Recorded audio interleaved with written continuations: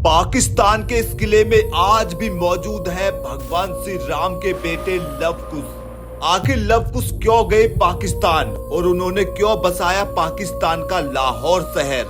दोस्तों वीडियो को अंत तक जरूर देखें क्योंकि आज हम एक ऐसे रहस्य से पर्दाफाश करेंगे जो आपके दिमाग को हिला देगा।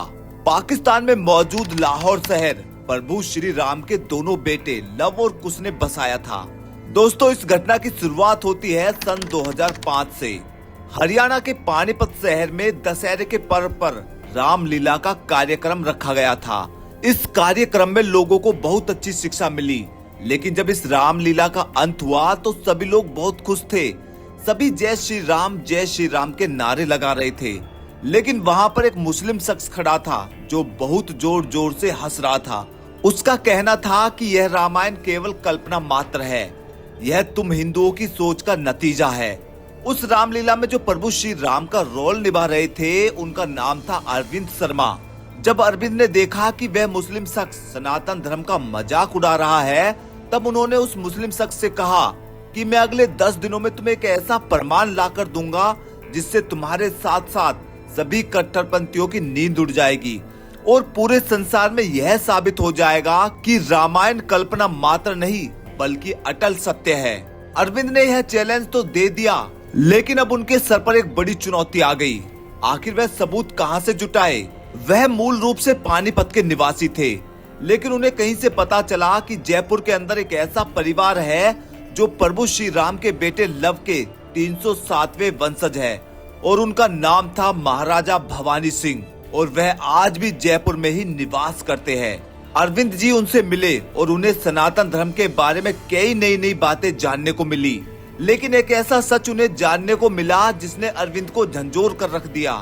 भवानी जी जो प्रभु श्री राम के बेटे लव के 307वें वंशज थे, उनका कहना था कि पाकिस्तान में जो लाहौर शहर है वह लव और कुश का ही बसाया हुआ है और आज भी वहाँ पर एक ऐसा सबूत है जो अगर तुमने कट्टरपंथियों के सामने रख दिया तो वह घुटनों के बल झुक जाएंगे और उन्हें यह मानना पड़ेगा कि रामायण कल्पना मात्र नहीं बल्कि सत्य है।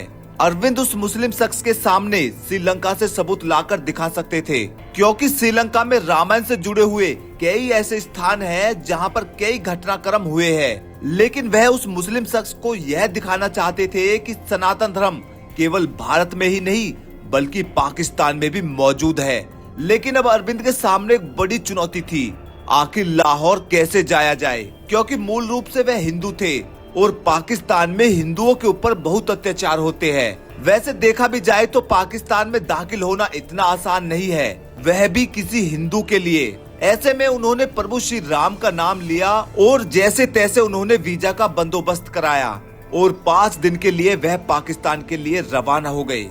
लाहौर पुराने पंजाब की राजधानी रही है जो रावी नदी के दाहिने तट पर बसा हुआ है। यह बहुत प्राचीन नगर है और कराची के बाद पाकिस्तान में सबसे ज्यादा आबादी वाला शहर लाहौर को ही माना जाता है।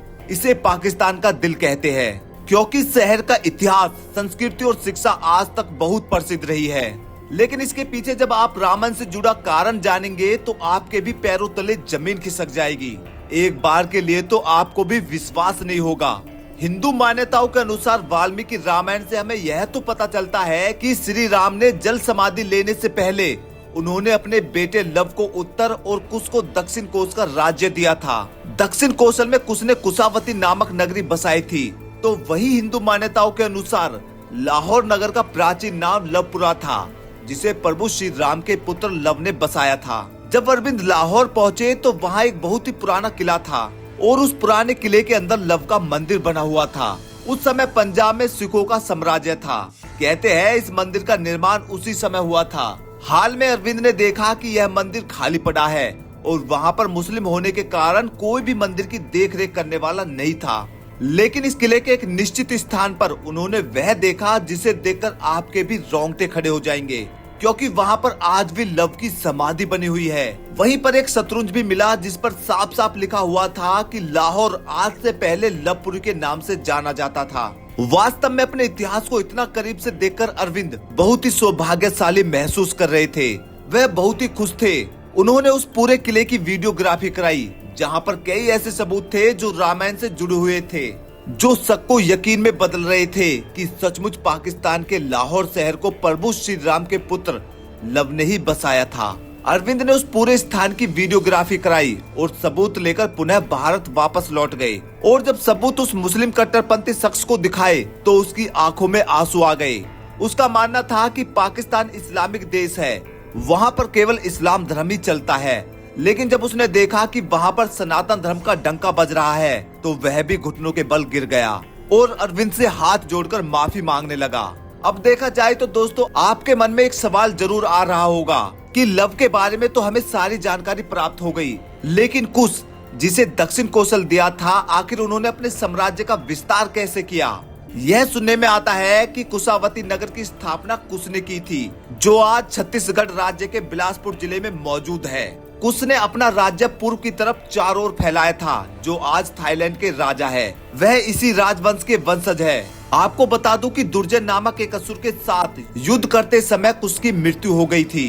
कुश का वंश आज जयपुर के भवानी सिंह के रूप में 307वें वंशज के तौर पर जिंदा है। अगर माता सीता की बात करें तो भगवान श्री राम द्वारा त्यागे जाने के बाद माता सीता ने अपना जीवन ऋषि वाल्मीकि के आश्रम में ही बिताया, जो वर्तमान में कानपुर शहर से 17 किलोमीटर की दूरी पर एक गांव में मौजूद है। भारत के कोने कोने से हमें रामायण और सनातन धर्म के होने के सबूत मिलते हैं, लेकिन फिर भी कुछ लोग यह बात नहीं मानते कि रामायण सत्य है। आज की जानकारी उन लोगों के मुंह पर तमाचा होगी जो रामायण को केवल कल्पना मात्र कहते हैं। आप भी यह वीडियो उन लोगों के साथ जरूर शेयर कीजिए जिन्हें रामायण के बारे में ध्यान नहीं है, जो अपने ही धर्म को नहीं समझते हैं। दोस्तों, मैं तो बस इतना ही कहना चाहूंगा कि रामायण कोई कल्पना नहीं बल्कि सच में घटित हुई एक घटना है, जिसके सभी पात्र सच में थे। दोस्तों, उम्मीद करते हैं आपको यह जानकारी बेहद पसंद आई होगी। यदि वीडियो अच्छी लगी तो इसे ज्यादा से ज्यादा शेयर करें, वीडियो को लाइक करें। मिलते हैं एक और खास वीडियो के साथ, तब तक देखते रहिए धर्मा स्टोरीज, क्योंकि धर्म ही सबसे बड़ा कर्म है।